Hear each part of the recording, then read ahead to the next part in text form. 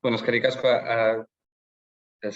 a ti, Rafa, y bueno, eskerrik asko al Instituto de Arqueología, a Arqueoclio también por el patrocinio. También tengo que dar las gracias a compañeras y compañeros de aquí, del Museo de la Memoria y los Derechos Humanos de Santiago de Chile, que son quienes me han ayudado a montar un pequeño set eh, para poder hacer esta conferencia. Además, teniendo en cuenta que aquí es la hora de almorzar, así que está muy bien.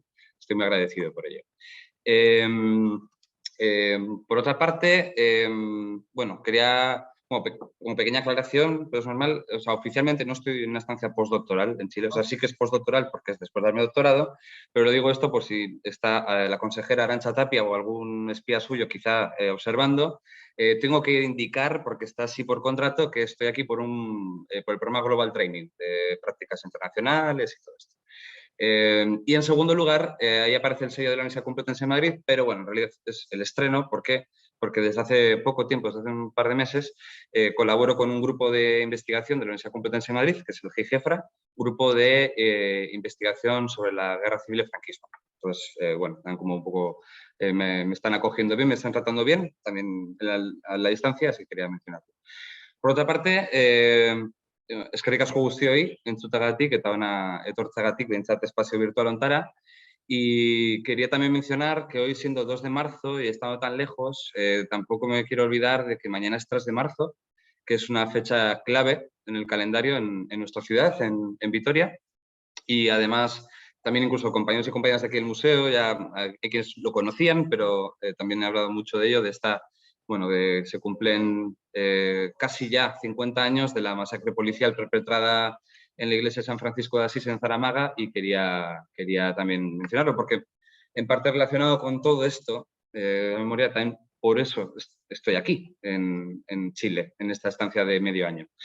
Así que sin más dilación, inicio un poco esta presentación, que espero que sea más o menos breve, dar unas ideas generales, porque se trata de sintetizar varios años de investigaciones, desde 2016 hasta 2021-22, así que vamos a intentar sintetizarlo, y luego si hay dudas o comentarios, críticas, o lo que sea, pues adelante, por favor, cualquiera que se anime. Así que empecemos por el principio. El título es Euskadiko Lurgainean, ese es el título también de la tesis doctoral, sobre la tierra de Euskadi o la tierra vasca, y es un homenaje, bueno, es un fragmento de un poema muy conocido de Esteban Urquiaga, La Guaseta, poeta vasco, célebre, renovador de la poesía vasca, que durante la Guerra Civil fue oficial de intendencia del Ejército Republicano Vasco, el Ejército de Euskadi. Fue capturado en Guernica justo después del bombardeo, cuando iba con un corresponsal francés, y fue fusilado en Vitoria el 25 de junio del 37. Entonces, bueno, es también un poco esta forma de situarnos sobre la temática, porque Euskadiko Lurgainean, ¿no? Vamos a hablar de la tierra vasca, vamos a hablar de lo que está sobre la tierra y bajo ella, porque esto es un trabajo de arqueología sobre la central en la materialidad, y luego aparte de la temática ya se introduce de esta manera, con este homenaje a la Guaseta. Esta es un poco la estructura básica que vamos a seguir. Vamos a una breve introducción que sitúa la tesis en, ¿no?, lo que es la investigación doctoral, porque es el marco en el que, de lo que vamos a hablar un poco en todo esto. Una serie de conceptos clave, muy rápido, una caja de herramientas, de ideas para ir situándolo todo. Un estado de la cuestión y la investigación realizada en estos años por mí, pero también por mucha gente que ha estado colaborando y está trabajando, y de hecho gente que también está aquí ahora participando. Luego, ¿cuál es la propuesta narrativa? Porque la idea es proponer una narrativa sobre la guerra y la dictadura, y unas conclusiones finales. Y me quedo con esta imagen también de una misa clandestina, de tantas que hubo, realmente, aunque hay muy pocas fotografías, en homenaje a Gudaris, y pongo combatientes republicanos vascos también por aclarar, por los compañeros y compañeras de Chile que lo están escuchando, pues hay cierta terminología que lo conocemos bien en el País Vasco, pero bueno, por hablarlo que todo el mundo podamos entender. Una de estas misas clandestinas que se hacían en plena época de la dictadura. Y esta en concreto más es en Legutio, que es en mi localidad. Y esa es una fotografía que está en el Archivo Histórico de Euskadi, y la verdad que me pareció bastante espectacular. Habla de estas memorias clandestinas, de esos espacios, de cómo se vuelve a los espacios de memoria también durante la dictadura. Y además es de septiembre del 73, que relacionándolo con dónde estoy es justo el momento del golpe de Estado de Pinochet. Así que es curioso cómo en ese momento está llegando a su fin la dictadura de Franco, y aquí se está iniciando un nuevo periodo represivo, tan lejos, ¿no?, pero bueno, tan cerca en muchos aspectos. Como introducción, lo dicho, esta investigación es una presentación, esta presentación es una síntesis de esta investigación, cuyas coordenadas claves son esto, ¿no? Arqueología del paisaje, arqueología de la guerra civil y la dictadura de Franco, arqueología del pasado contemporáneo y arqueología del conflicto. Su arco cronológico va del 36 hasta la década de los 50. No cierra del todo, no es un final específico en un año concreto, ¿no? Y la línea de investigación en la que se insertó este trabajo fue su arqueología de la guerra civil y socialización del patrimonio en el País Vasco, que fue una línea que inició Sursoyan en 2014 dentro del Grupo de Investigación en Patrimonio Construido, el GEPAC, de la UPV. Y hay que mencionar también la labor porque ha sido un trabajo muy colectivo. Las tesis al final ponen el nombre de una persona, pero sabemos que son trabajos muy colectivos, y esto ha sido clave, la labor que se ha realizado con asociaciones como Astarna, Badelagueta, Astuenor Mená, Inchorta, Mientzondo Masaspi, Memoria Gara, Marchoakir, etc. E instituciones como el Centro de Patrimonio Cultural Vasco o el Instituto Gogora.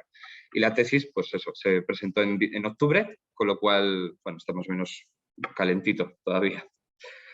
En cuanto a la temática o qué es lo que se trata, ¿no? Es una síntesis interpretativa. Ha buscado tomar también las investigaciones que se han realizado con anterioridad sobre la materialidad de la guerra civil, sobre los restos muebles e inmuebles de la guerra en el País Vasco. Se han revisado los trabajos arqueológicos que se han hecho con anterioridad. Ahora hablaré un poco de ello, pero se han encontrado referencias que ya desde los años 60 ha habido arqueólogos y arqueólogas en el País Vasco que se han topado con materialidad asociada a este periodo cronológico y lo han documentado y lo han mencionado y ha formado parte del registro del gran libro arqueológico del País Vasco. Y esto también ha sido muy interesante poder comprobarlo. Pero por otro lado ha habido una investigación propia, ¿no? Y se han realizado 2 inventarios de restos inmuebles asociados a fortificaciones principalmente, con lo que se han identificado 210 nuevos yacimientos. Eso es un término, pero bueno, sí, son yacimientos, todavía quizá no están en el proceso de, ¿no? Que se califiquen como tal, pero se han reconocido como tal, lugares con restos materiales de la guerra. Se ha intervenido en 6 de ellos y además se ha realizado un análisis comparativo en clave de prospección urbana en 2 localidades, en Leguti y Elgueta, que esto también hablaré de ello más adelante. Por lo tanto, es un análisis histórico-arqueológico sobre la guerra y centrándose en estas cuestiones. Entender la guerra como un proceso histórico triple. Es la destrucción de la República Española, es la puesta en marcha de un proyecto efímero autonómico en el País Vasco y es la construcción del nuevo Estado, la construcción de la dictadura. Es un proceso triple en ese sentido. Y la idea es fijarnos en los restos que ha dejado ese proceso triple. Y el conjunto arqueológico, hablaré de algo de ello un poco más adelante, pero bueno, compuesto por cuerpos, territorios, arquitecturas y objetos, ¿no? Y todo esto con la duda de si realmente esto se puede considerar como patrimonio. ¿En qué sentido? ¿No? Pero creo que la propia investigación ha intentado reivindicarlo como patrimonio. Si bien no todo está reconocido, o la inmensa mayoría no está reconocido como tal, como patrimonio de manera oficial. Y, en definitiva, proponer un relato, una narrativa sobre la guerra civil en el País Vasco a través de la materialidad. Esta es la propuesta de esta investigación. Lo que he intentado hacer estos años. El éxito, esto ya lo valorarán quienes escuchan. Y como conceptos clave, estos: paisaje, poder, guerra y arqueología. En cuanto a la idea de poder y territorio, un concepto clave es el de geopolítica. Geopolítica como en su raíz, en su acepción más, o sea, en su puro significado etimológico, ¿no? O sea, territorio y poder. Y a través de 2 vías. Por un lado, siguiendo las aportaciones del filósofo Michel Foucault, entender el poder como un juego de relaciones y comprender además cómo funcionan lo que él hablaba de las microfísicas del poder, pero hay veces que se puede hablar casi de macrofísicas. Se puede ver cómo realmente el propio territorio, el propio paisaje es una construcción del poder y además cómo el poder se asienta sobre un territorio, ¿no? Y para esto también comprender el paisaje no solamente como una suma de árboles, de montes o de personas y construcciones, sino también incluso las representaciones que se hacen del paisaje. Y por eso pongo este croquis elaborado durante la guerra, porque ya nos habla de cómo el paisaje se militariza, incluso el propio imaginario paisajístico. Los montes ya no son montes, son cotas en la jerga militar, Las carreteras no son solamente carreteras, son vías estratégicas y las trincheras pueblan el territorio. Y el otro sentido geopolítico, este más marxista, más materialista, sería el de, siguiendo el estadounidense Immanuel Wallerstein, ¿no? Que es entender el territorio como la plasmación material de una serie de relaciones jerárquicas. Hay lugares que son lugares del poder, que son los centros, y hay lugares que son los que sufren al poder, los que lo padecen, la otra cara, que son las periferias o lugares marginales. Y entonces entender esas relaciones, ¿no? Manuel Wallerstein analizaba esto a nivel mundial con la idea de la economía mundo, para así entender por qué existe, dicho así rápido y mal, el primer mundo y el tercer mundo, pero al mismo tiempo esto se puede llevar a escala micro. En un territorio entender por qué hay lugares que son nodos de poder, pero luego hay lugares marginales. Y esto es lo que nos ayuda a entender por qué un lugar, en la arqueología me refiero, antes era una ciudad y ahora son ruinas. Se ha pasado de ser un centro a ser un lugar marginal, periférico. Entonces, yo lo entiendo al menos de esa manera, como ese juego realmente dialéctico de poderes en el territorio en base a una serie de relaciones socioeconómicas, también en un contexto de guerra contemporánea como este. En cuanto a la idea de la guerra, por situarnos un poco, además es un tema tan aparentemente trillado, el de la guerra civil, o siempre se habla de eso. La guerra civil española, se hacen muchas películas, se hacen muchos libros. Bueno, es interesante ver que, curiosamente, parece que hay un marco hegemónico del que no nos salimos, que es el marco narrativo hegemónico de la guerra civil española como un proceso bélico, un pim pam pum, como decía una compañera aquí en el museo hace unos días, entre dos bandos contendientes, que además se desarrolló entre el 36 y el 39, terminó en el 39, aquí aparece en la pantalla el parte oficial de guerra, el último parte, el del 1 de abril de 1939, la guerra ha terminado, entonces los azules contra los rojos, ganan los rojos pierden, y así termina la guerra, ¿no? Entonces, a partir de ahí, entonces, claro, la duda es, ¿qué empieza? ¿La paz? O sea, lo que ocurre en los años 40 es un proceso de paz en España. Bueno, pues sinceramente no, o por lo menos todo puedo apuntar a que no, y no solamente esto desde la propia historiografía académica, contemporaneista, últimamente cada vez se habla más de ello, de las tesis o las teorías sobre la guerra larga. Y de hecho, me consta que en breve saldrá alguna publicación que va a recoger un poco todas las teorías sobre ver la guerra como algo que va más allá del 39, que va más allá de esta presunta victoria final, de esta paz que entre comillas llegó, porque no llegó ninguna paz. Y es que, entre otras cosas, la guerra civil fue una guerra de ocupación, fue una guerra en la cual represión y guerra se mezclaron. Era un proceso mediante el cual el nuevo Estado, el Estado franquista, la dictadura, lo que hizo fue depurar a la sociedad española y a la sociedad vasca. Entonces eso requería todo un sistema de información y castigo que se implantó en todo el territorio. Además, podemos situar el conflicto que tuvo lugar entre Ferrol y Cádiz, entre Cataluña y Extremadura, pero también el que se ocurrió en Euskal Herria, como parte de una guerra civil europea, como parte de toda una serie de conflictos que tuvieron lugar entre la Primera Guerra Mundial y el final de la Segunda Guerra Mundial, o el inicio de la Guerra Fría. Una época caracterizada por no solamente ¿no? el expansionismo alemán, por ejemplo, en la Segunda Guerra Mundial, el nazismo, sino además toda una serie como de guerras civiles internas. Hay que pensar en la resistencia francesa, en las fuerzas partisanas, por ejemplo, en Italia y en Yugoslavia. Hay toda una suma de guerras civiles realmente lo que ocurre en toda Europa y además hay élites colaboracionistas con los alemanes, con lo cual hay que ver más allá de esa mera idea como de, bueno, Alemania invade Francia, Francia, ¿no? Luego vienen los aliados, en fin. No, podemos situar todo esto en una larga duración. Y por último, en base a la tipología de la violencia empleada durante el conflicto, hay autores como por ejemplo Jorge Marco, que son los principales autores que ahora del que más se habla sobre la guerra civil, que habla por ejemplo de que es una secuencia de guerras civiles. Primero hubo una guerra civil no convencional cuando ocurre el golpe de Estado en julio del 36, el Estado republicano por poco ¿no?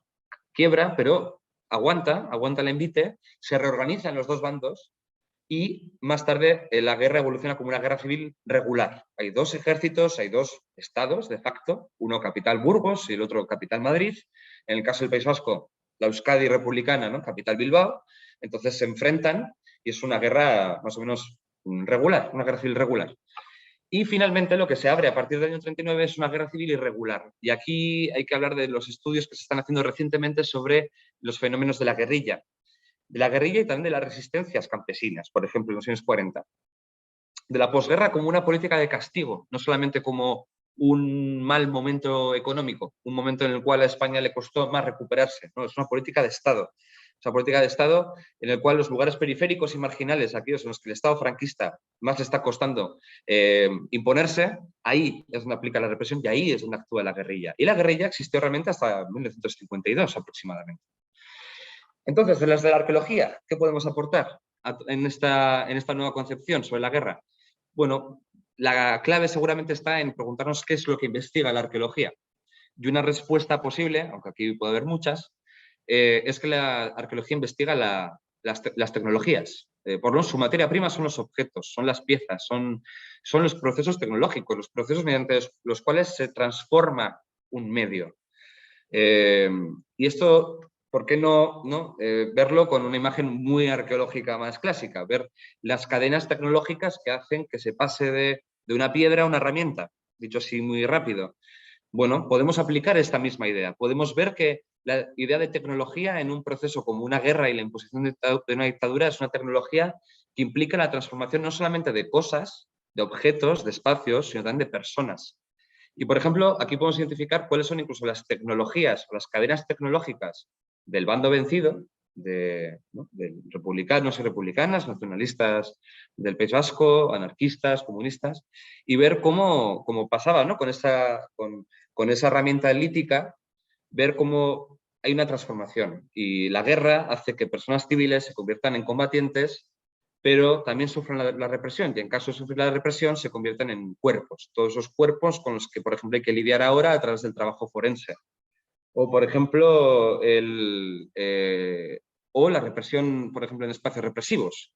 Espacios represivos que además hay toda una serie de dispositivos tecnológicos, campos de concentración, cárceles, destacamentos, y además forma parte también de la política de castigo y reconstrucción del nuevo Estado. ¿Qué ocurre con los vencedores? Pues hay también procesos de transformación, pero son diferentes, claro. Y es que la tecnología es política. Y en ese caso, por ejemplo, el cuerpo muerto del bando vencedor se convierte en el mártir, en el caído por Dios y por España. Y su cuerpo, bueno, forma parte del concepto, y tampoco entro mucho en ello porque si no me alargo demasiado. Miriam Saka, una compañera arqueóloga, también habla de los cuerpos nación, ¿no? Son los mártires que ayudan a construir la nueva nación española. Bueno, y ahí están los monumentos, por ejemplo, para verlo.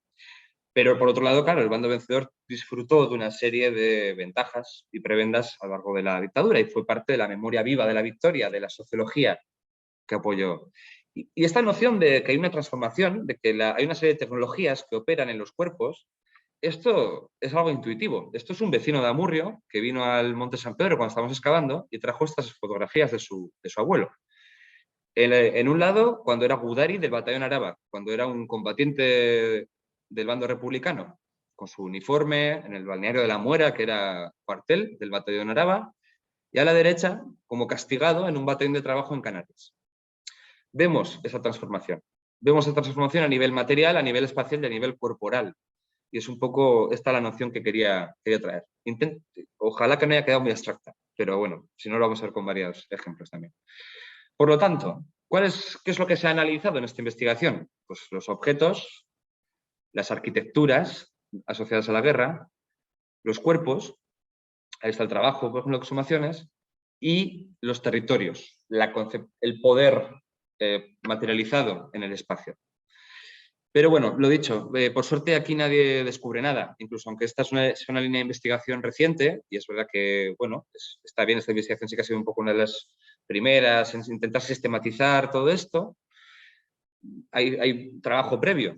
Y una parte interesante de esta investigación ha sido comprobar cómo en casi un centenar de intervenciones arqueológicas en el País Vasco, desde el año 68, se han documentado piezas, sobre todo piezas, principalmente munición, pero bueno, se han documentado fases arqueológicas dentro de la estratigrafía de los yacimientos asociada a la guerra, en contextos muy dispares. Y además que nos hablan de diferentes, o sea, conocemos diferentes yacimientos de esta manera, pero también conocemos cómo ha interactuado la guerra con los registros arqueológicos previos, como un ejemplo, por ejemplo, el castillo de Achorroch, un castillo medieval que además, bueno, pero también hay fases anteriores que se han documentado en varias excavaciones. Bueno, pues hubo un puesto de ametralladora de ejército franquista, por ejemplo. Bueno, hubo más de un puesto de ametralladora. Y se han encontrado restos asociados a eso. Y de hecho, ya en el año 68, Ignacio Barandiarán documenta una trinchera de la guerra civil aquí. Así que, bueno, este tipo de cosas se han dado en nuestro territorio. O las exhumaciones, que desde hace ya 20 años hay exhumaciones en el País Vasco, principalmente lideradas o casi en exclusiva por la Sociedad de Ciencias Aranzadi, que han permitido recuperar más de 110 cuerpos en más de medio centenar de exhumaciones en los 3 territorios del País Vasco. Con lo cual, hay cierta información ya sobre la represión franquista y sobre los modus operandi, sobre también fracturas perimortem en los cuerpos que nos hablan de cómo se desarrolló esa violencia represiva a partir de 1936 y luego aparte su distribución en el espacio. O sea, hay cierta información. Y aquí hay un joven, yo supongo en alguna esquina, no lo señalo más. Ya en 2013-2014 se empieza a ir más allá de las fosas comunes en el País Vasco como área de investigación y aparte cada vez se investiga más también los lugares de enfrentamiento armado, los campos de batalla, fortificaciones, espacios represivos. Y ahí, por ejemplo, tengo que mencionar otro pequeño hito que fue en 2014, la celebración del primer Congreso Internacional de Arqueología de la Guerra Civil en la Facultad de Letras de la UPV, en Gasteiz.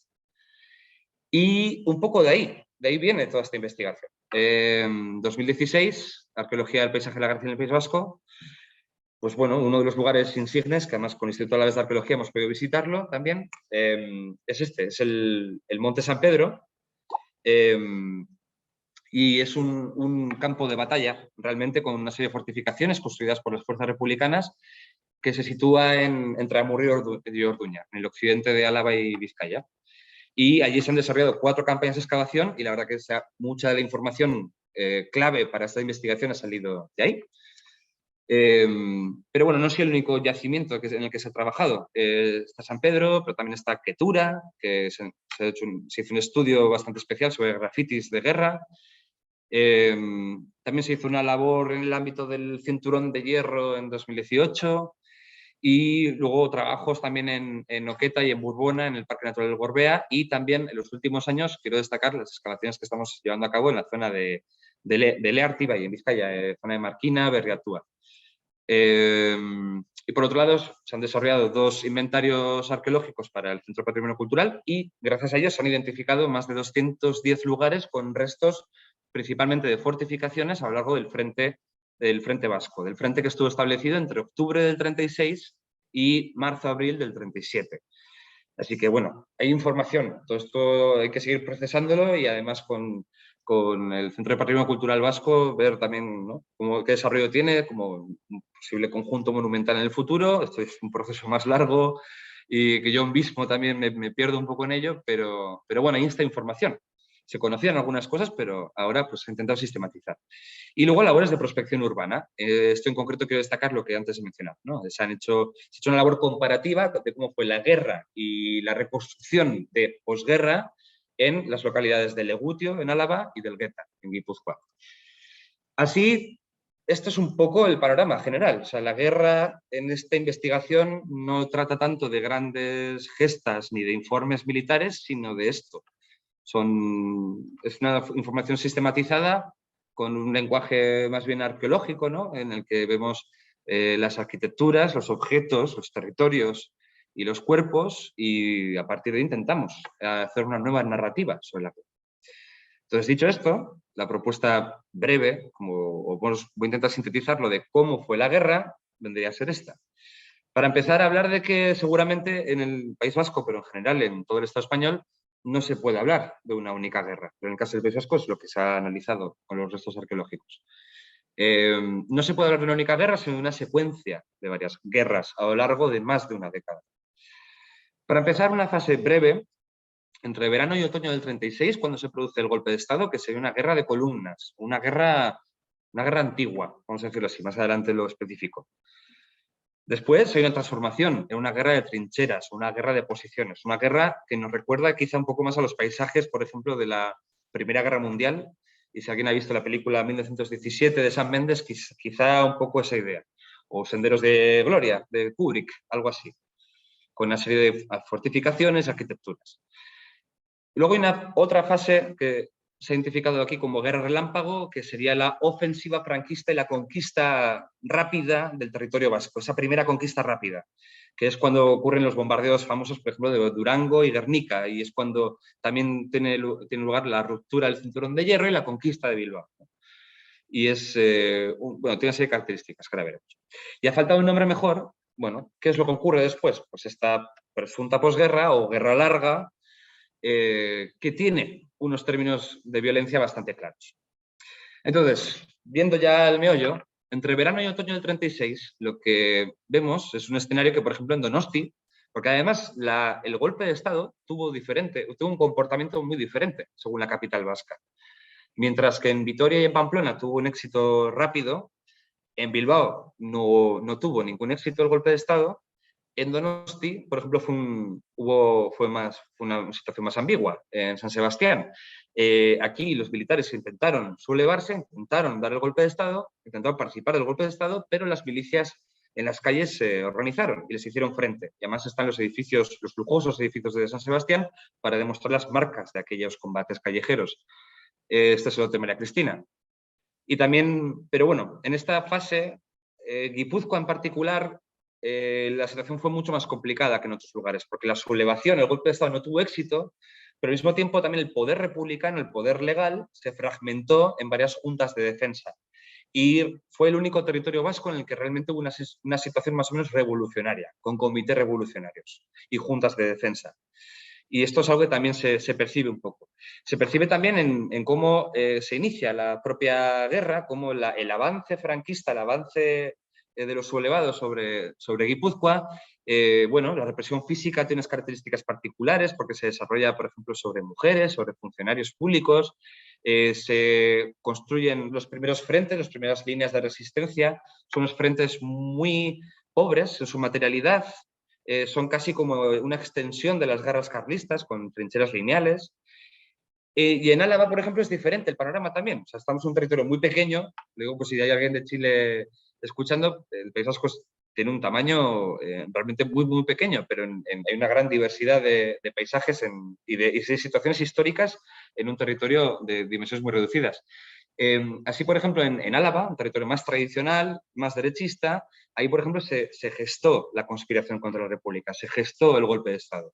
Y hay restos que lo atestiguan, como por ejemplo el chalet del político tradicionalista Oriol, o por ejemplo la colaboración, quizá amistosa, quizá más bien por miedo, de, por ejemplo, el mundo rural. Y aquí, por ejemplo, esto es la puerta de un caserío en Uzquiano, en el cual aparece año 1936. Bueno, el mundo rural a la vez era un mundo bastante más feudal o estamental y las élites jugaban un papel más destacado y lo jugaron, por supuesto, con el golpe de Estado.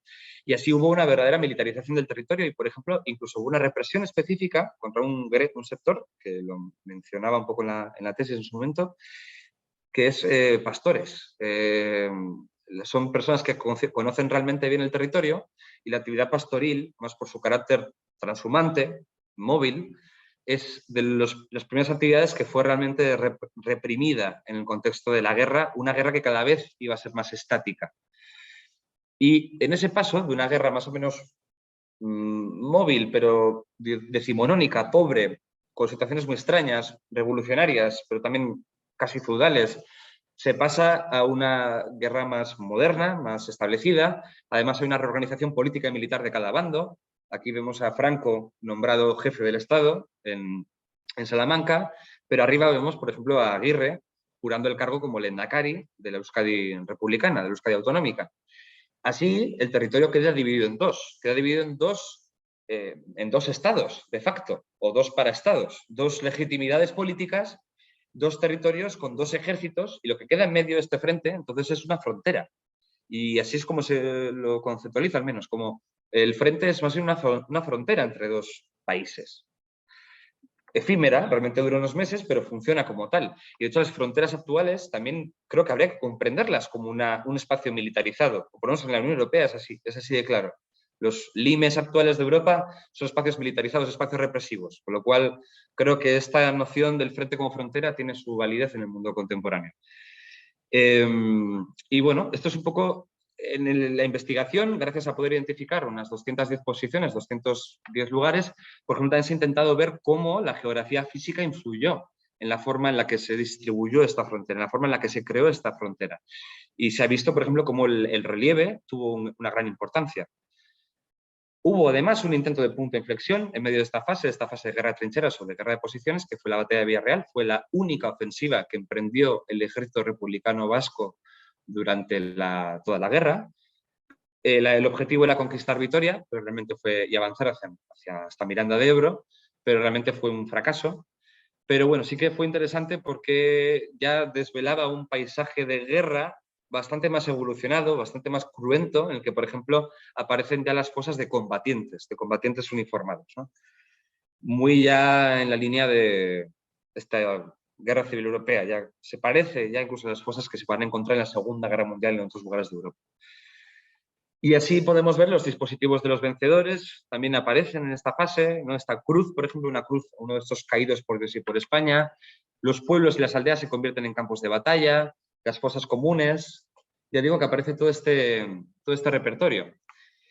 Y además, en otra fase, después de esta batalla, porque fue una batalla que generó más de 4.000, 5.000 bajas, se da otra nueva fase que es una solidificación del frente. Todo el frente de guerra se llena de arquitecturas fortificadas específicas que no existían hasta entonces. Y como buena parte de las excavaciones las hemos desarrollado en estos lugares, pues la verdad que tenemos suficiente corpus de espacios como para entender cómo era este frente de guerra.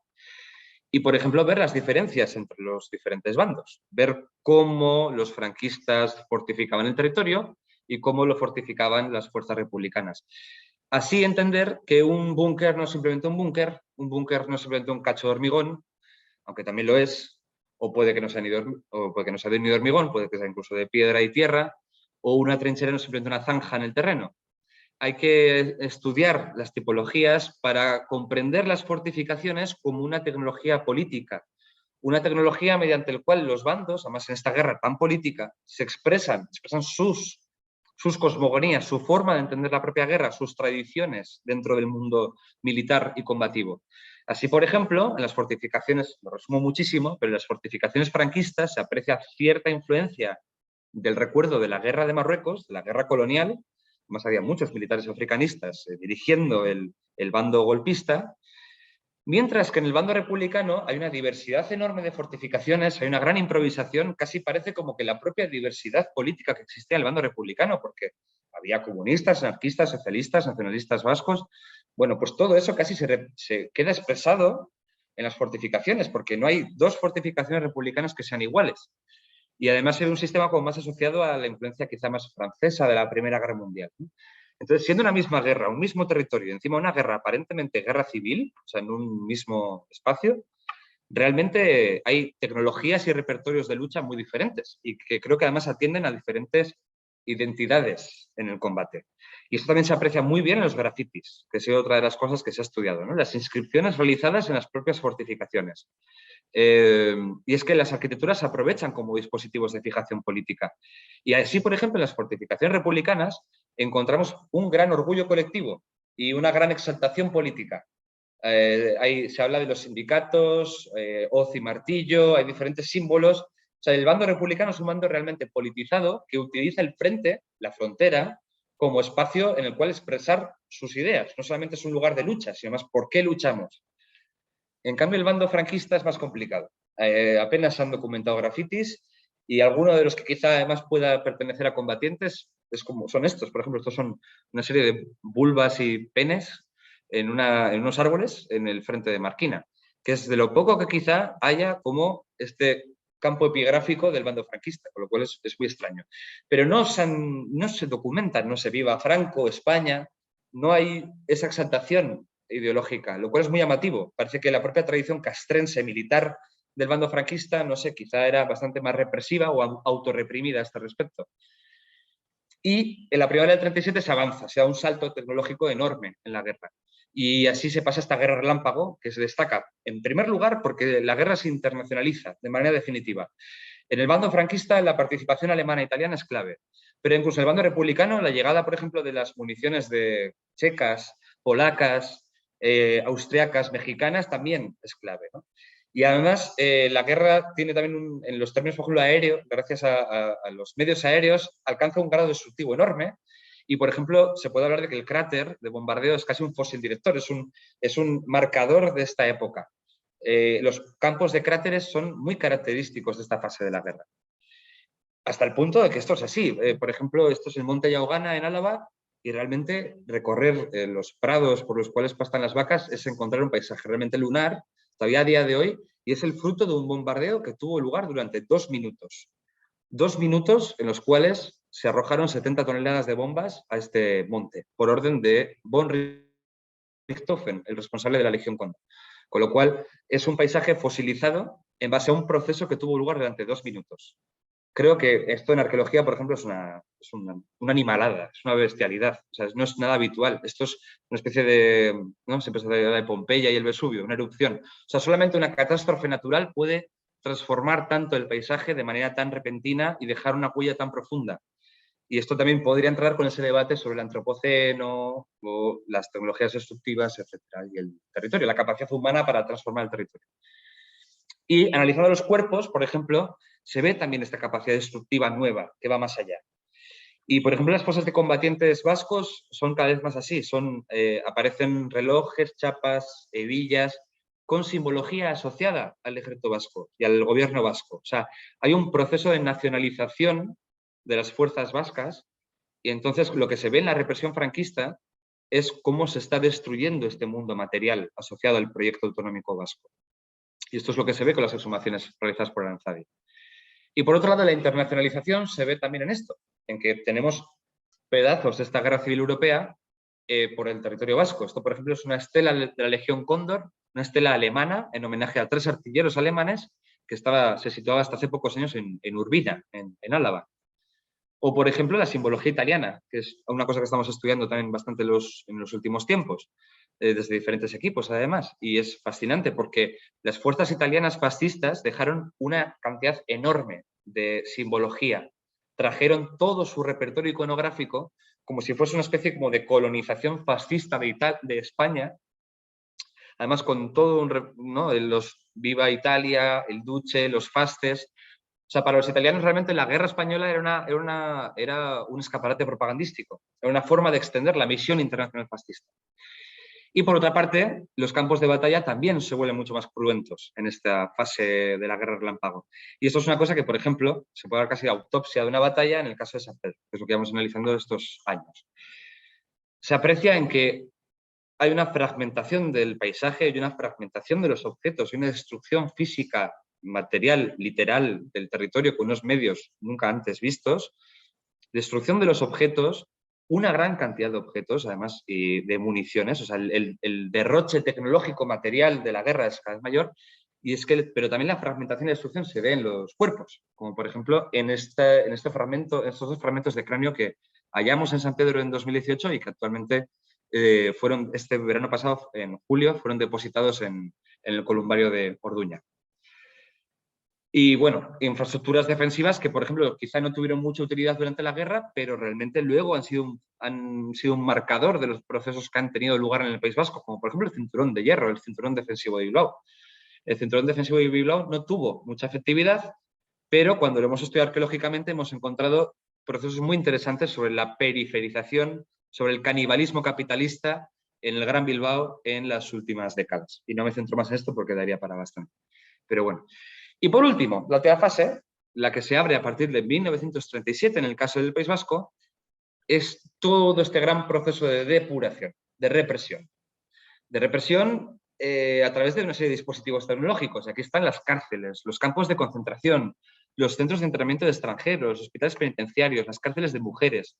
Como se puede ver en el País Vasco, además, hubo una gran cantidad de estos centros. O sea, había toda una red concentracionaria de clasificación de enemigos y enemigas que operó durante bastante tiempo. Y esto entronca además con que, claro, el territorio vasco era un territorio conquistado, un territorio colonizado. Y no lo digo en términos étnicos, lo digo porque básicamente los sublevados lo que hicieron fue colonizar todo el territorio español. O sea, no hablo de que España coloniza el País Vasco, hablo de que el Estado franquista, como Estado dictatorial y encima fascista, lo que hace claro, es colonizar territorio, no convence, lo que hace es conquistar, obviamente. Luego hay mecanismos más suaves de dominación, pero realmente es una conquista, ¿no? Y como para expresarlo este mapa, ¿no? Cómo va moviéndose esa frontera, ese frente. Y entonces, cuando ya el frente coincide con las fronteras nacionales, ¿no? Cuando ya el territorio vasco se da por conquistado, aún así sigue habiendo una situación de guerra permanente. Y es cuando, por ejemplo, se impermeabilizan las fronteras, se construyen, por ejemplo, las fortificaciones del Pirineo, para evitar que fuerzas resistentes en el exilio puedan entrar en la España de Franco, o por ejemplo, fortificar las costas para evitar que los también la España de Franco era uno de los grandes temores, un pie de página en la historia de España, en la historia de Euskal Herria.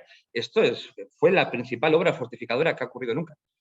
Así que es un poco, el escenario es bastante más complejo el de los años 40, ¿no? Y es un espacio, es un contexto de guerra permanente, como digo, y también incluso de guerra civil irregular, porque, por ejemplo, la guerrilla es algo que no se ha estudiado mucho en el País Vasco, pero, por ejemplo, en Nafarroa, en Navarra, en los últimos años, se está empezando a conocer algo más de la actividad del maquis, de la guerrilla en estos territorios. Por ejemplo, gracias a las exhumaciones que se están llevando a cabo. Se está viendo cómo el territorio vasco, siendo más un espacio de frontera, fue un espacio militarizado, fue una especie de marca militar para la dictadura franquista. Y esto tuvo graves repercusiones en la población civil. Y luego, por supuesto, las políticas de reconstrucción y las políticas económicas del nuevo Estado, ¿no? Y aquí, por ejemplo, me menciono brevemente este análisis comparativo que se ha hecho entre dos pueblos que estuvieron enfrente, Elgeta y Legutio, dos pueblos pequeños realmente, pero cómo se aprovechó la ruina de la guerra para seguir perpetuando un discurso de la victoria, por ejemplo, mediante los monumentos, mediante la asimetría memorial, ¿no? Los vencedores y los vencidos. Y se ven los monumentos. Pero al mismo tiempo también el régimen, además de fijar su propia memoria en el territorio, también busca mimetizarse con el paisaje histórico. Y esto es una cosa interesante porque, por ejemplo, en Legutio y en Elgeta se ve que se practica cierto historicismo a la hora de restaurar, de reconstruir. Se busca que parezca que no ha pasado nada, pero aún así los monumentos hablan de que ha pasado algo y de que ese algo además tiene un relato concreto, el impuesto, que es el de la victoria. Ya está. Y también están nuevas políticas urbanas, realmente. Hay unas transformaciones de los pueblos y para transformar, para crear nuevos sujetos más dóciles al régimen y nuevas políticas de vivienda, por ejemplo. Y políticas de orden público. Por ejemplo, se reestructura la red de cuarteles de la Guardia Civil, la red policial en el País Vasco, y surgen, por ejemplo, estos cuarteles de la Guardia Civil en el contexto de la reconstrucción. Son cuarteles que son poco menos que fortificaciones, con nidos de ametralladoras en la fachada apuntando a las poblaciones. O sea, es un estado de guerra permanente. Y además es un estado de guerra permanente, ¿para qué? Para ir impulsando un proceso de modernización autoritaria, de modernización fascista. Y aquí también entroncamos con ese debate, si se quiere, del antropoceno. O, y esto es un poco el concepto que a modo de chiste alguna vez he intentado defender, el francoceno, la variante local de la gran modernización capitalista, y que se ven este tipo de procesos, como por ejemplo ciertos territorios son periferizados, se convierten en lugares funcionales respecto a la economía franquista, ¿no? Y por ejemplo esto en estas localidades de Legutio y también en Elgeta se ve, por ejemplo, en la política hidráulica. En el caso de Legutio es muy claro, se construyen unos embalses que lo que hacen es anegar toda la memoria previa, incluso la de la guerra, de pila para generar electricidad para Altos Hornos de Vizcaya, para las principales industrias de Bilbao, también para conseguir agua. Así que los territorios caen en esta red, en esta nueva economía mundo franquista. Y aquí es donde termina un poco la investigación, porque claro, aquí ya parece que nos estamos ya asomando el nuevo escenario que se desarrolla a partir de finales de los 50, principios de los 60, que es el desarrollismo, que es el gran éxodo rural, es la gran industrialización, la gran inmigración y la gran urbanización. y esto, por ejemplo, también quiero recordar, ya que estamos en la víspera del 3 de marzo, por ejemplo, en su momento pude analizarlo con el caso del barrio Zaramaga, un barrio obrero surgido ya en este contexto, ¿no? Entonces, este estudio ha intentado hacer una genealogía de eso, de cómo nos plantamos aquí ya en vísperas del desarrollismo franquista y cómo ha sido a través de una larga guerra represiva, muy represiva. Entonces, a nivel de conclusiones, así ya voy acabando, no sé ni cuánto tiempo llevo, lo siento. La arqueología creo que es una herramienta válida, necesaria en la comprensión de los procesos contemporáneos como este. Además, los restos nos ayudan a proponer una narrativa diferente sobre la propia guerra, una narrativa que habla de su complejidad, habla de que es, vale, de acuerdo, es un conflicto más largo, es un proceso de implantación de un poder más largo, pero encima está hecho a través de diferentes formas de desarrollar la guerra y de diferentes repertorios represivos. Creo que eso es importante. Así, no solamente la arqueología, o sea, que no nos quedamos en ver los restos, sino que además, a través de los restos, intentamos crear una narrativa histórica, en cierto modo, ¿no? Y así vemos que hay una guerra de columnas con una escasa incidencia en el territorio, limitaciones tecnológicas, pero hay una represión física fuerte. Más tarde se pasa a una guerra de trincheras, que es un conflicto estático, más político, más guerra de posiciones, en el que el frente es como una frontera. Luego después se pasa a una guerra relámpago, que son ya estos bombardeos aéreos, es ya la internacionalización del conflicto y es el aumento exponencial de la capacidad destructiva. Y para acabar, en esta guerra larga, ya digo que termina en las vísperas del siguiente salto económico y político del régimen, en ese punto de inflexión que se va a dar a partir de los años 60, o sea, a finales de los 50, principios de los 60, es ya la construcción e implantación del nuevo Estado, del Estado franquista, de la dictadura, a través de una guerra civil irregular, de una militarización permanente, construcción de fortificaciones, incluso acabada la guerra oficialmente, y políticas de reconstrucción realmente autoritarias que además se apoyan mucho en la represión y en el recuerdo de la guerra a nivel local. Dicho todo esto, creo que también hay que, bueno, a nivel metodológico, creo que es una herramienta válida. No sé, aquí ya también colegas del gremio pueden decir si realmente esto les parece arqueología o les parece que básicamente hemos estado varios años paseando por el monte, pero al fin y al cabo eso es arqueología, pasearse por el monte también y mover tierra y sacar muchísimas fotos. Pero a nivel patrimonial creo que también es interesante que nos planteemos sobre todos estos restos. ¿Qué son o qué pueden ser? Porque estamos en un proceso incipiente de patrimonialización. O sea, los restos de la guerra hasta hace pocos años eran invisibles o eran poco conocidos. Ahora son cada vez más conocidos. Y eso puede estar bien. Puede estructurar toda una red de sitios de memoria, como por ejemplo existe aquí en Chile. Pero hay riesgos también. Los principales riesgos son la destrucción a través de las dinámicas propias de la economía del capital, pero también el expolio, cosa que además ya estoy viendo que en los últimos años cada vez gana más visibilidad toda esta cuestión. También gana en mayor gravedad la dimensión del expolio arqueológico que se está dando en nuestro territorio, a través de sobre todo los detectores de metales. Pero también hay otros riesgos, como por ejemplo la gentrificación memorial, el querer construir relatos de memoria sobre todo fácilmente turistificables, fácilmente mercantilizables, edulcorar el pasado mítico. Y aquí me detengo en dos ejemplos que no pensaba mencionarlos, pero en 2018, por ejemplo, se inauguró esta escultura de estos gudaris, de estos combatientes vascos en Guernica, con una estética que a mí la verdad que me sorprende, porque, no sé, hemos pasado del acero corte en abstracto a ahora de repente estos valerosos soldados uniformados, que luchan, estos hombres aguerridos. Creo que ahí también habría que hacer cierta lectura, un poquito de construcción patriarcal en este asunto. O, por ejemplo, esto fue la semana pasada. La semana pasada en Verango, en Vizcaya, se inauguró esta escultura, que se llama Agurra, el adiós. Tiene que haber de todo, entiendo, me imagino, en la representación paisajística memorial sobre la guerra y la dictadura en el País Vasco. Aquí, por ejemplo, mostrándolo a compañeros y compañeras de aquí del museo, pues había cierta sorpresa, porque llamaba la atención, la verdad, este tipo de repertorio iconográfico para la memoria de la guerra en nuestro territorio. Y oportunidades, pues eso, básicamente esa es la idea. Estamos ampliando el concepto de patrimonio, también se busca ampliar el concepto de memoria y superar ciertos marcos hegemónicos a través de esto, a través de objetos, a través de cuerpos, a través de territorios, a través de conocer lo más cercano y, bueno, ir más allá. Entonces, eskerrik asko, aquí termina la presentación, la conferencia, he intentado resumirlo todo y tengo algunas imágenes sobre Chile, como una especie de bonus track, no sé si hago ahora como el cierre con eso y así ya luego ya hablamos con calma. Para explicar un poco qué narices hace un vasco, un tipo con barba y camisa llamativa en Chile, hablando de la guerra civil en el País Vasco. Pues para situar un poco el contexto, o para ver un poco de qué va esto, quería mencionar un poco qué hago aquí. Que igual a nadie le interesa, ahora igual es cuando todo el mundo con razón se puede desconectar si quiere, ¿eh? Pero bueno, prometo ser breve. Llevo aquí un mes gracias a este programa, precisamente buscando, aparte de conocer muy bien otro país, un país maravilloso en el hemisferio sur, con la cordillera y el océano Pacífico limitándolo, aparte de eso, para trabajar aquí. Este es el Museo de la Memoria y los Derechos Humanos, que cuenta ya con más de una década de existencia y es un referente internacional.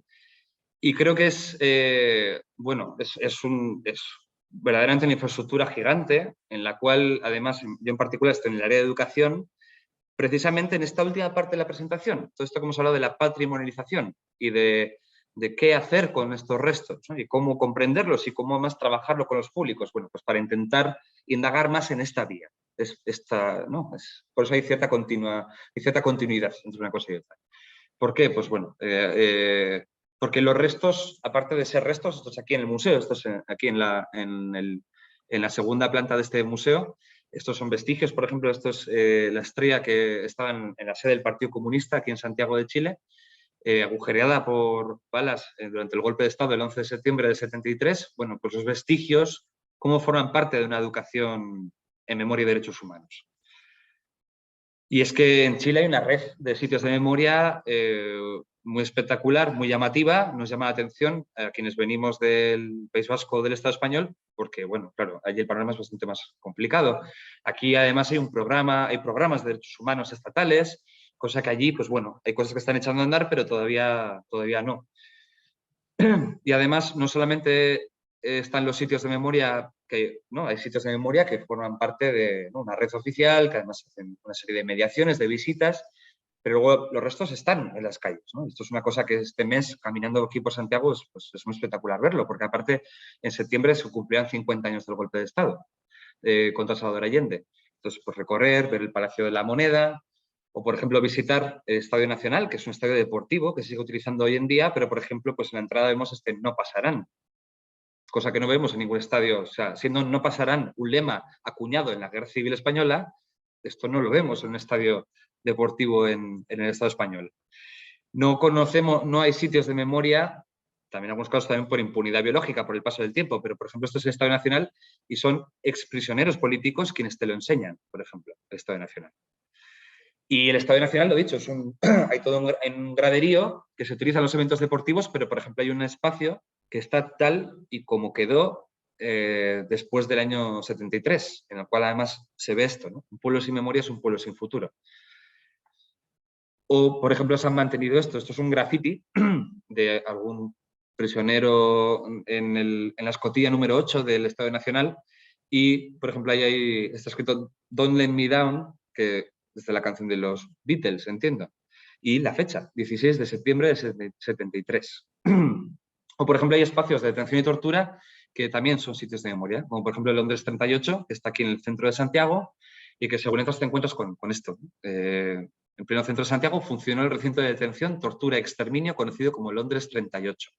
Entonces te habla de la represión y ves cosas como esta, ¿no? En esta sala, por ejemplo, se utilizó para interrogatorios simultáneos y para la tortura de personas, ¿no? Esto forma parte del día a día chileno, de su forma de intentar afrontar este pasado. Pero con preguntas tan interesantes como esta. ¿Cuáles son las luchas del presente? Y es que creo que también es una cosa que tenemos que tomar en cuenta allí, en el País Vasco y en el Estado español. ¿Cuáles son las luchas del presente? Pues en Chile, por ejemplo, parece que el panorama también es complicado.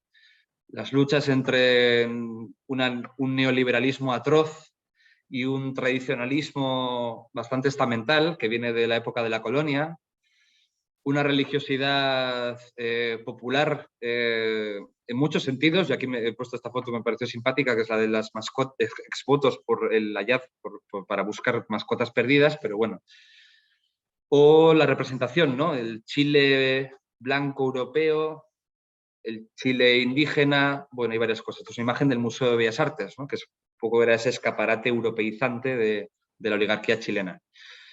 Por supuesto, también la catástrofe ecológica que vivimos en todo el planeta, aquí en Chile está muy presente. Llevamos meses de incendios muy graves y un medio natural gravemente deteriorado. O, por ejemplo, yo, sinceramente, hasta llegar aquí a Chile no era consciente del impacto que tuvo el conocido como estallido social, que tuvo lugar entre octubre del 2019 y marzo de 2020, que fue toda esta situación revolucionaria que se vivió en Chile hace pocos años. Y esta es la base de la escultura del general Baquedano, sin el general Baquedano, en pleno centro de Santiago. Y la represión, por supuesto, la represión estatal, porque, claro, aquí, por ejemplo, en este museo hablamos de la represión de la dictadura, pero hay que tomar en cuenta que el estallido social tuvo también, y ha tenido y tiene un desarrollo represivo. Por ejemplo, es un memorial un memorial reciente, un memorial a personas muertas, asesinadas en este estallido social de 2019-2020. Y ya está este lema, ¿no? Nadie está olvidado. O sea, ya memoria tan reciente, pero ya está la lucha contra el olvido. Entonces, bueno, en este juego entre amnesia, olvido, memoria, la verdad que Chile está siendo una experiencia muy interesante y espero que poder, bueno, no sé, establecer ciertos diálogos entre un lugar y otro, y creo que ya se establecen, o sea, ya está ahí. Porque, por ejemplo, aquí en este museo, dentro de un proyecto pedagógico que se llama Somos Memoria, Memoria Gara, en euskera, una de las preguntas que se plantea es esta. ¿Qué heredamos de la dictadura? Y en este caso, por ejemplo, justo ahí es donde se habla de la Constitución de 1980, que es aún la vigente en Chile. Pero creo que esta pregunta es la misma que guió las investigaciones que iniciamos en 2016 y que guía o que debería guiar el trabajo con memoria que hacemos en Euskal Herria y en el Estado español, que es qué heredamos de la dictadura. Así que, y creo que con esto ya termino. Es que ricasco. Y nos quedamos con esta imagen. Cualquier pregunta, cualquier sugerencia, si alguien queda vivo o viva al otro lado, pues adelante. Deberíamos quedar vivos y vivas, Josu. Ha sido interesantísimo. Desde el punto de vista del planteamiento que has hecho, a las conclusiones que has llegado y cómo las estás extrapolando hacia este presente que estás viviendo aquí y allí. Así que de verdad que ha sido muy interesante. Animo a hacer preguntas. Josu se ha explicado muy bien, pero siempre seguro que nos queda alguna duda que podamos solucionar. Así que, por favor, si alguien tiene dudas, las puede poner en el chat si quiere o levantar la mano y le activo el micrófono o lo podéis activar vosotros y preguntar. Josu, estos días, mientras alguien se plantea que es capaz de hacer preguntas porque no hay examen, has hablado de esta banalización que estamos teniendo últimamente con el patrimonio y los detectores de metales. Estas últimas semanas, estas 2 semanas últimas, hemos detectado 3 o 4 actividades ilícitas en Álava relacionadas con detectores. Estamos realmente preocupados. Una de ellas ha sido en el Monte San Pedro, creo que estás al corriente, porque gracias a tus informaciones hemos podido tramitar la correspondiente denuncia. ¿Qué hacemos? Yo no lo sé. O sea, sé que, por un lado, una cosa buena, o claro, no sé. La verdad que las campañas de sensibilización, de poner en conocimiento, creo que son necesarias en Álava, ¿no? Desde el museo, también del Instituto de Alaves de Arqueología, se hace mucha campaña y creo que eso es muy interesante, porque es verdad que hay gente que simplemente piensa que, por ejemplo, comprarse un detector de metales e ir a buscar piezas es que es parte del amor al patrimonio, o sea, que es como, ¿pero por qué no? Entonces, ¿pero por qué no? Entonces, bueno, creo que la sensibilización y la pedagogía es necesario, es más que necesaria. Pero por otra parte, también hay varios aspectos, porque, por ejemplo, para la inmensa mayoría de la gente, o sea, no es un problema, o sea, no, es como, pero ¿cómo? ¿Que hay gente que va al monte con un detector de metales y coge piezas? O sea, ¿cómo? ¿Quién hace eso? O sea, es como un problema muy invisibilizado. Luego, aparte, la prensa tampoco tiene mucha conciencia al respecto. Igual cada vez un poco más, pero hasta ahora no lo tenía. O sea, no...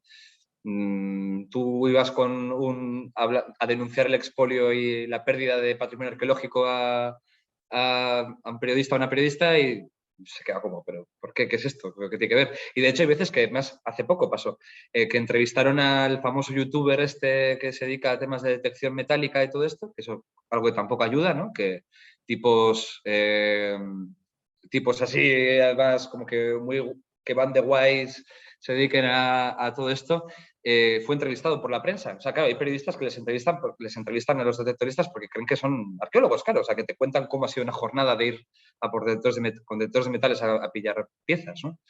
Entonces, no sé, supongo que sensibilización, tomar conciencia de ello, algún que otro cambio legislativo tampoco estaría mal, introducir, no sé, ya que alguna mención igual expresa que hay que acotar este tema, pero sí, pinta peliagudo. Y aparte a mí una cosa que me preocupa es el perfil que suele estar asociado al detectorismo. Eso sí que me preocupa, tengo que decirlo.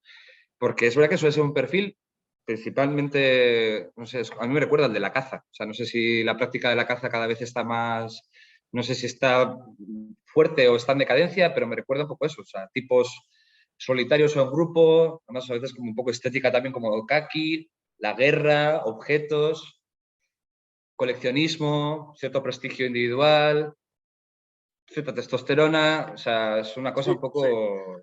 pelaguda, un Puedo poquito coincidir, incel también. puedo coincidir contigo y a mí lo que me preocupa es el salto, el paso al siguiente nivel, que es la delincuencia organizada y los asaltos con detector de metales por encargo.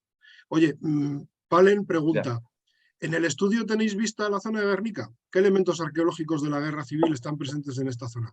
¿Y en los alrededores de Bilbao? Bueno, por la parte de la investigación que se ha hecho, esta en concreto, lo que sea en la zona de Guernica en concreto se ha hablado. Bueno, por un lado, todas estas investigaciones arqueológicas previas que, por ejemplo, yo qué sé, iban a estudiar eh, ¿no? el yacimiento de la del Hierro de Yunchar y se topaban con munición de la guerra, como por ejemplo los estudios de Anchoca Martínez Velasco, eso, por ejemplo, forma parte al final del estudio arqueológico de la guerra en la zona. Ahí en Navarniz y alrededores. En Cortez hubo una cueva, se encontró material asociado a la guerra porque una cueva se utilizó como refugio antiaéreo. O sea que hay estudios previos, lo que pasa es que ha habido que bucear. Y por otro lado, claro, ahí hay varios frentes de combate, hay varias líneas sucesivas según iba avanzando el frente de guerra. Cuando cae el conocido como Frente de Guipúzcoa a finales de abril del 37, va avanzando rápidamente y luego se estanca otra vez, o por lo menos hay unos combates muy fuertes en Soyuve, el macizo de Soyuve, que es bastante conocido.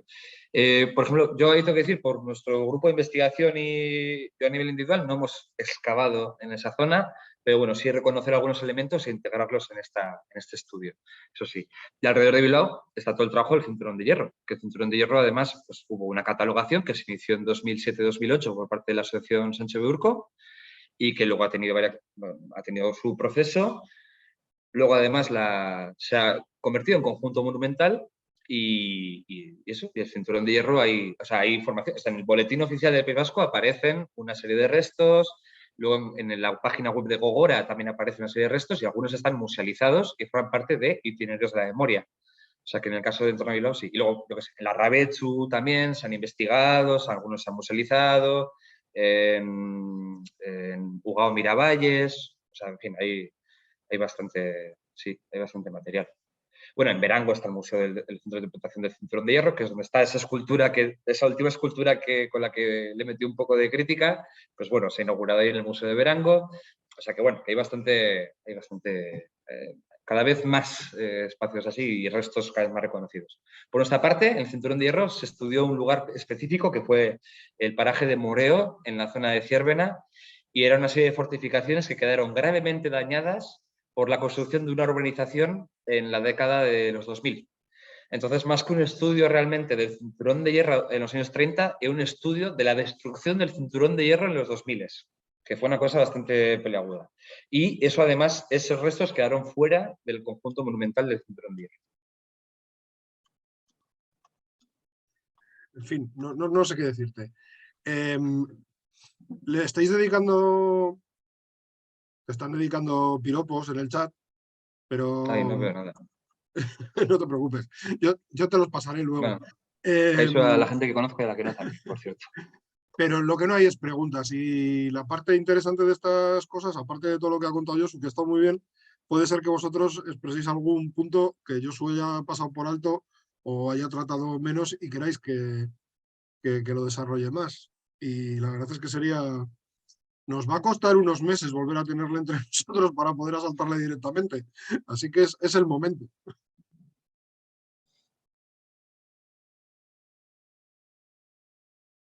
También puedo entender que igual la gente que ha aprovechado para hacer la cena mientras yo estaba hablando, o algo Ah, no, así. eso no vale, eso no vale. Yo la he dejado hecha antes de empezar la Eso pasa. conferencia. Eso pasa también.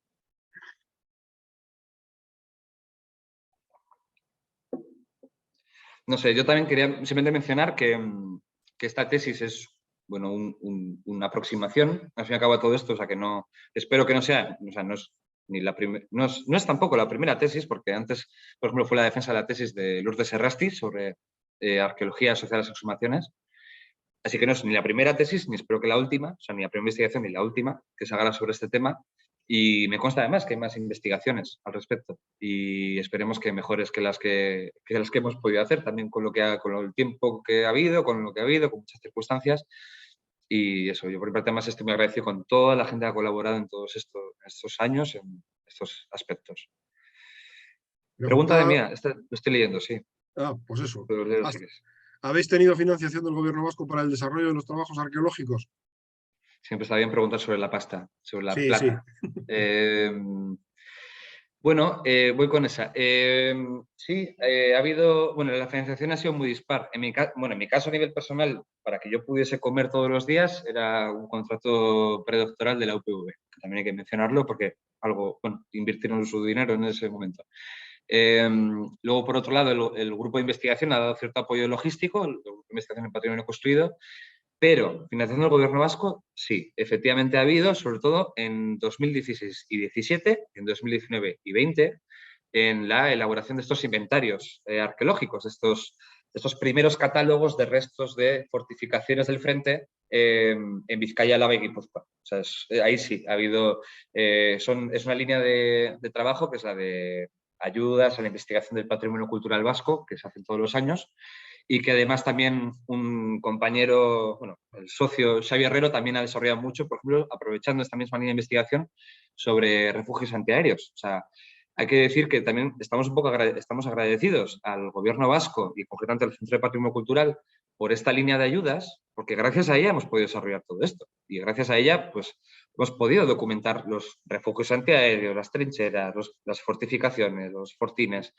O sea, sin ello, pues no hubiese sido difícil. Luego, proyectos como el de Monte San Pedro, pues tienen financiación de ayuntamientos, también incluso la Fundación Vital aportó dinero al principio. Bueno, fuentes dispares, sí, la verdad que un poco de todo. Hoy Poveda te pregunta qué técnicas o análisis SIG has empleado dentro del marco de la arqueología espacial. Todas. Sí, Di igual, no. todas las que yo me sé, al menos. Bueno, una cosa, la verdad que se emplea mucho, obviamente, en los contextos del tema de la guerra es visibilidad. Y esa me pareció interesante porque esa de cara a comprender cómo se establecen los frentes, el tema de las cotas, bueno, también las pendientes, estudiar bastante las pendientes, en un territorio tan montañoso como el País Vasco eso es importante. Fuentes de agua, bueno, en fin. Pero en el caso de las visibilidades, por ejemplo, claro, como se puede calcular, por ejemplo, el rango de tiro del armamento utilizado en la época, puedes ver efectivamente qué lógica hay en que una posición esté en el punto A y una posición esté en el punto B. Y puede que sea por estos rangos efectivos de disparo entre una posición y otra. Y cosas así. O sea, entender una frontera, por ejemplo, para entender esta frontera de guerra, ha sido muy interesante. También ver cómo, por ejemplo, algunas fortificaciones, gracias a estos análisis de visibilidades o de cuencas visuales también, por ejemplo, no solamente apuntaban a veces al frente, al enemigo, sino que a veces apuntaban a la retaguardia. O sea, tenían cierta función represiva interna. Esto, por ejemplo, me quedo en Zuya, en el municipio de Zuya, en Álava, hay varias fortificaciones que realmente parece que cumplían más la función de vigilar a la gente que ya estaba en la zona ocupada que no tanto vigilar al enemigo, al rojo. Es llamativo. No digo, Rafa, pero bueno, lejos. ¿Y análisis de dispersión de materiales y munición? Sí. O sea, estoy leyendo no sé si es la última. Bueno, leo luego la de la compañera Daniela Fuentealba, de aquí el museo, pero espera, me quedo con el análisis de dispersión y materiales y munición. Sí, eso también, claro. Sí, sí. A nivel de yacimiento, densidades, municiones y además, en el caso de San Pedro, claro, pues que no me da tiempo a entrar en detalle, pero en el caso de San Pedro, cuando hablo de autopsia de una batalla, es que de verdad es que ha sido posible reconstruir muy bien la microhistoria de cómo fueron los combates allí. O sea, y ver cómo realmente, por ejemplo, en unidad de ametralladoras había un tipo de arma que, por ejemplo, quedó inhabilitada al principio de la batalla. De hecho, seguramente se calentó, explotó, cayó un mortero cerca y tuvieron que emplear otro tipo de municiones para intentar solventar ese problema, marchar a otro nido de ametralladoras, en otro nido, una caja, quedó enterrada. O sea, ahí, por ejemplo, se ha hecho un análisis muy minucioso, o sea, muy CSI, muy forense, en ese caso, en algunos lugares, además, de maneras particulares. Y luego aquí otra pregunta, ¿no? Sí, tienes una pregunta de Daniela. Daniela, compañera aquí del museo. Te vas a vincular con investigaciones arqueológicas de derechos humanos en Chile. Existen fosas en proceso de investigación. Respecto a la imagen que deja para este espacio, ¿cómo se trata esta investigación a nivel pedagógico con jóvenes, estudiantes, etc.? Es parte de la política educacional del Estado abordar este tipo de conocimientos.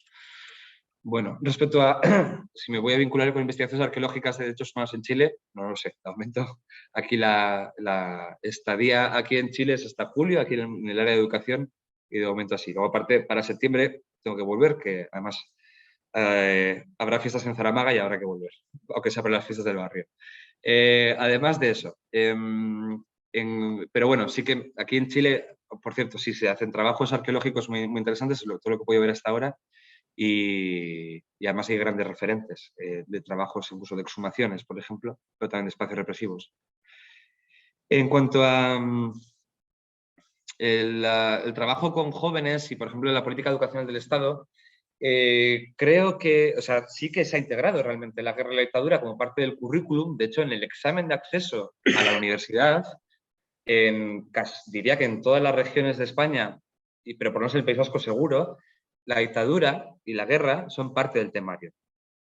Luego ya está en cómo lo tratamos. Porque, por ejemplo, esta aproximación que se hace aquí de ver mucho más la guerra como un proceso represivo, como un proceso de implantación de un poder, creo que no está tan presente en el currículum. En el currículum queda un poco esa imagen al final tradicional de la guerra como un rojos contra azules, azules contra rojos, ganan los azules, pierden los rojos. O sea, al final ha triunfado, se ha normalizado cierto relato de la guerra que beneficia realmente a la dictadura, porque parece que le quita peso represivo, cuando creo que es clave. Y, por ejemplo, la materialidad arqueológica y el patrimonio de la guerra, todavía hay proyectos de integrarlo en los procesos curriculares en los colegios y en los institutos, pero bueno, todavía poco a poco. O sea, creo que hay elementos, hasta el Museo de la Paz de Guernica desde hacía muchos años, hay lugares visitables, pero bueno, creo que todavía queda bastante. Josu, Vale. muchísimas gracias. Ha sido muy interesante, ha estado muy bien, te explicas muy bien, ha sido muy dinámico, te lo agradezco muchísimo. Desde el Instituto Alavés de Arqueología, no dudes que volveremos a pescarte en alguna, te reclutaremos otra vez para alguna de estas, en campo, por videoconferencia o en una sala. Ha sido un lujo. Ha sido un lujo contar con la participación de todos vosotras y vosotras, porque siempre decimos que estas cosas, si no venís, carecen de sentido. No podemos quedarnos con los conocimientos que adquirimos y no compartirlos con todos vosotros.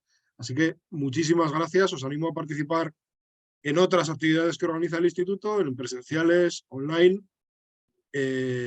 y a que estéis atentos y atentas a lo que organizamos. Josu, gracias. Un abrazo enorme desde aquí. A ver si nos vemos cuando vuelvas, en fiestas de Zaramaga o en otras partes más tranquilas. Por ejemplo, sí. Es que Venga, os veis. un abrazo enorme. Gracias a todo el mundo. Gracias. Otro. Agur. Agur.